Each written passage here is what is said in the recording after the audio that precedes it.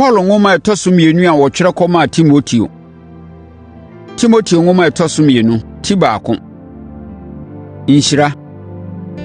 Nwoma yi firi Paulo a wɔyɛ Kristo Yesu somafoɔ no nkyɛn. Onyankopɔn ankasa na ɔfrɛ me sɛ ɔsomafoɔ, sɛ menkɔbɔ nkwa a ɔnam Kristo Yesu so de baeɛ no ho dawuro. Mede kɔma me dɔba Timoteo.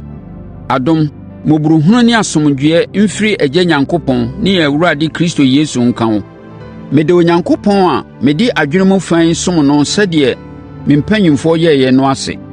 Daa anadwo ne awia, mekae wo wɔ me mpaebɔ mu. Mekae wo ne suteɛ ɛberɛ a yɛredi mpaapaemu no a ɛma m'ani gyina wo. Enti sɛ mehunu wo bio a m'ani bɛgye. Mekae gyidie a emu yɛ den a na wowɔ. Gyidie a ɛfiri aseɛ firi wo nana Lois ne wo maame Eunike mu no. Na megye di sɛ woda so kura saa gyidie no a emu yɛ den no ara mu. Yei nti, merebɔ wo nkaeɛ sɛ, kae akyɛdeɛ a ɛberɛ a mede me nsa guu wo so no Onyankopɔn de maa wo no. Ɛfiri sɛ, honhom a Onyankopɔn de maa yɛn no, ma yɛnyɛ ahufoɔ, na mmom honhom no ara ma yɛn tumi, ɔdɔ ne ahohyɛsoɔ. Ma w'ani ngu Awurade adansedie ne me a meyɛ ne deduani ho. Na sɛ ɔhaw bi to wo asɛmpa no ka ho a, gyina pintinn wɔ ahoɔden a Onyankopɔn de ama wo no mu. Ɔgye yɛn nkwa frɛɛ yɛn sɛ yɛmmɛyɛ ne dea. Ɛnyɛ biribi pa bi a yɛayɛ nti, na mmom ɛyɛ n'adom akwa.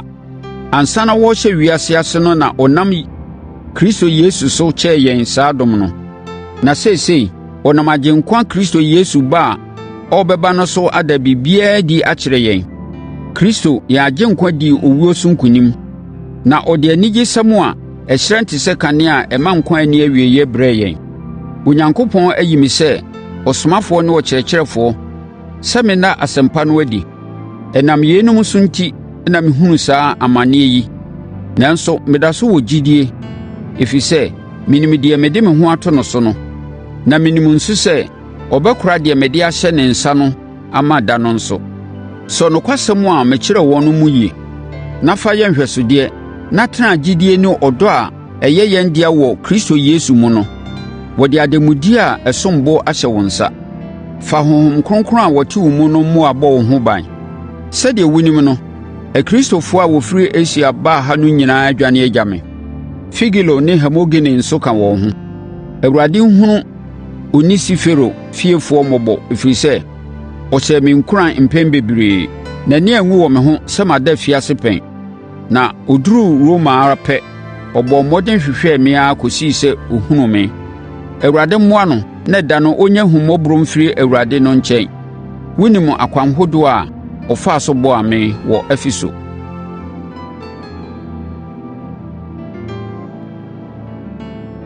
Timoteo nwoma ɛtɔ so mmienu, ti mmienu. Ma Kristo ahoɔden hyɛ wo den. Na wo Timoteo, me ba, Kristo Yesu yɛ mmɔborɔhunufoɔ, enti ma wɔnhyɛ wo den. Fa nsɛm a wotee sɛ meka akyerɛ adansedifoɔ bebree no, na fa hyɛ nnipa a wogye wɔn di na wobɛtumi akyerɛ afoforɔ nso nsa. Sɛ amanehunu ba wo so a, mia w'ani tena sɛ Kristo Yesu srɛni pa. Ɔsrɛni mfa ne ho nhyehyɛ afisɛ mu, ɛfiri sɛ ɔpɛ sɛ ɔsɔ ne pani ani. Saa nso na obi a ɔfra akansie mu a ɔtu mmirika no ntumi nni nkonim gye sɛ wɔdi akansie no mmara so. Okuafoɔ a wɔdɔ n'afuo no, ɛsɛ sɛ wɔnya mu nnɔbaeɛ a ɛdi kan no. Dwene nsɛm a meka yi ho, ɛfiri sɛ Awurade bɛma woate biribiara ase. Kae Dawid aseni Yesu Kristo a wɔnya no firi awufoɔ mu sɛdeɛ wɔkaa no asɛmpa a mekaa ho asɛm no mu no. Ɛsiane sɛ mekaa asɛmpa no enti, mehunu amane. Mpo wagu me nkɔnsɔnkɔnsɔn sɛ ɔdebɔnyɛfoɔ. Nanso Onyankopɔn asɛm no ngu nkɔnsɔnkɔnsɔn mu. Na yei nti, biribiara a ɛbɛba me so no, ɛsiane Onyankopɔn nnipa a wayi wɔn no enti, megyina no, sɛdeɛ ɛbɛyɛ a wɔn nso bɛnya nkwagyeɛ ne animuonyam a ɛnni awieeɛ a ɛwɔ Kristo Yesu mu no. Nsɛm a ɛsɛ sɛ wode wo ho to soɔ nie: sɛ yɛne no wuyi a, yɛne no bɛtena ase. Sɛ yɛampa aba a, yɛne no bɛdi ɔhene. Sɛ yɛpa no a, ɔno nso bɛpa yɛn. Sɛ yɛnyɛ nokwafoɔ a, ɔno deɛ ɔyɛ nokwafoɔ, ɛfiri sɛ ɔnsesa n'asɛm. Nyɛ akyinnyehunu. Monkae mo nkurɔfoɔ wɔ yei ho na mommɔ wɔn kɔkɔ wɔ Nyame anim sɛ wɔnni wɔn ho akasakasa. Ɛmfa asɛmpa mma. Sɛ wɔyɛ saa a, ɛsɛe atiefoɔ no adwene. Bɔ mmɔden sɛ wobɛyɛ odwumayɛfoɔ a womfɛre Onyankopɔn adwuma no yɛ ho, na kyerɛ nokorɛ a ɛwɔ Onyankopɔn asɛm no mu na woafata n'anim.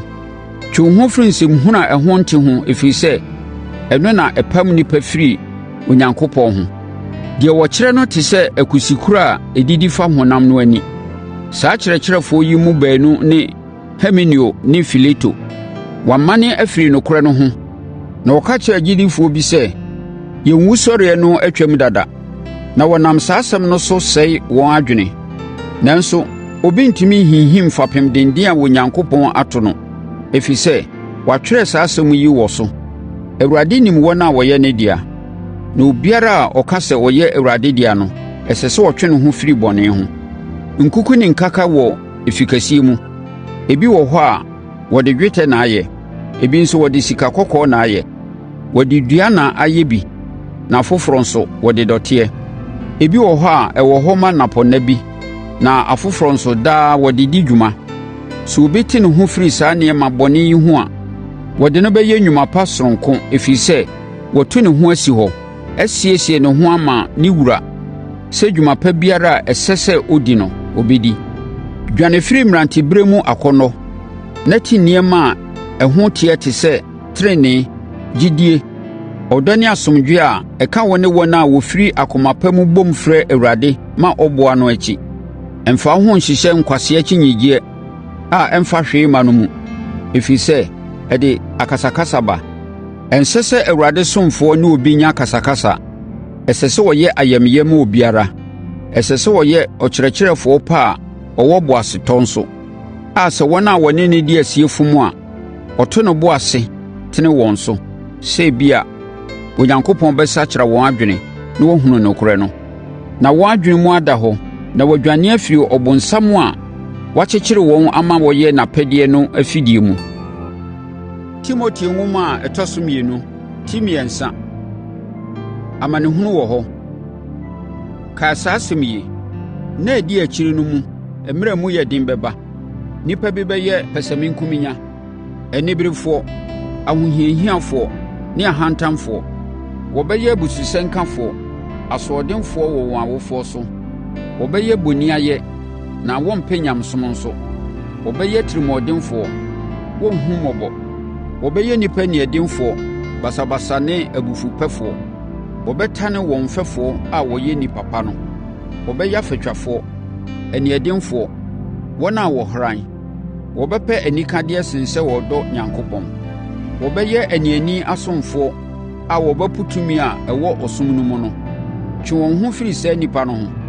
Wɔn mu bi kɔ afie mu kɔhyɛ mmaa a wɔn bɔne ama wɔdi fɔ, na akɔnnɔ ahodoɔ bebree hyɛ wɔn so no so. Saa mmaa no yɛ nnipa a wɔpɛ sɛ wɔsua nneɛma foforɔ, nanso wɔnhunu nokorɛ no akyiri kwan. Sɛdeɛ Yane ne Yambre ne Mose di asie no, saa nso na saa nnipa yi ne nokorɛ di asie. Nnipa a wɔn adwene asɛe na wɔnka hwee wɔ gyidie mu. Wɔnya nkɔsoɔ biara, ɛfiri sɛ obiara bɛhunu nkwasea a wɔyɛ te sɛ Yane ne Yambre apɛ. Na wo deɛ, woadi me nkyerɛkyerɛ, me suban ne me botaeɛ so. Woahunu gyidie a mewɔ ne me boasetɔ, me dɔ, taa wɔtaa me ne m'amanehunu nyinaa. Wonim nsɛm a ɛtotoo me wɔ Antiokia, Ikoniom ne Listra, ne ɔtaa denden a metumi gyinaa ano no. Nanso Awurade yii me firi ne nyinaa mu. Wɔn a wɔpɛ sɛ wɔde nyamsom pa tena ase Kristo Yesu mu nyinaa no, wɔbɛtaa wɔn. Nanso nnipa bɔne bɛkɔ so asɛe daa, na wadaadaa afoforɔ ne wɔn ankasa wɔn ho.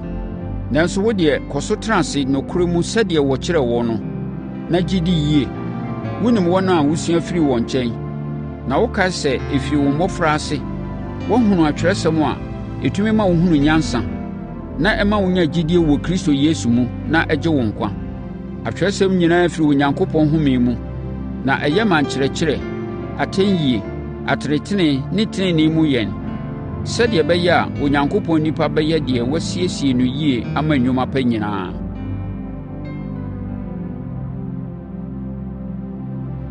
Timoteo nwoma ɛtɔ so mmienu ti 9. Paulo afotuo.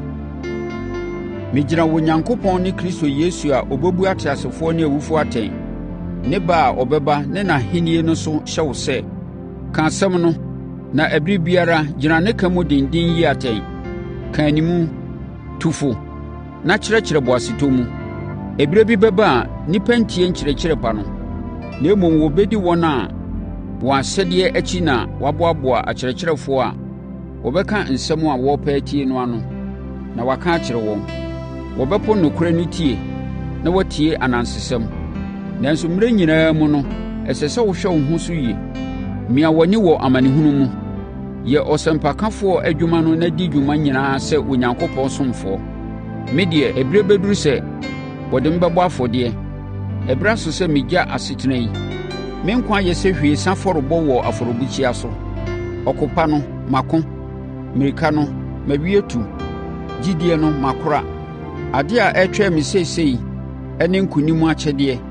Tenenee abotire a Awurade a wɔyɛ tenenee atemmufoɔ no de bɛma me da no.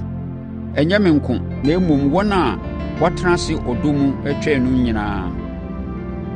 Nkyerɛkyerɛ a ɛtwa toɔ. Bɔ mmɔden bra me nkyɛn ntɛm. Dema dɔ ɛnɛ wiase yi ma ɔyɛɛ saa adwene gyaa me hɔ kɔɔ Tesalonika. Kriske kɔɔ Galatia. Tito nso kɔɔ Dalmatia. Luka nko ara na ɔne me wɔ ha. Fa Marko ka wo ho na wo ne no mmra, ɛfiri sɛ ɔbɛtumi aboa me adwuma no yɛ. Mesomaa Tihiko kɔɔ Efeso. Sɛ woreba a, fa m'atadeɛ a megyaa wɔ Karpo nkyɛn wɔ Troa no brɛ me. Ɛyɛ a fa me nwoma no nso ka ho. Ne titire no, deɛ wɔde aboa nwoma yɛeɛ no. Aleksandro, kɔbere dwumfoɔ no haa me papaapa deɛ ɔyɛeɛ no. Awurade bɛtua no so ka.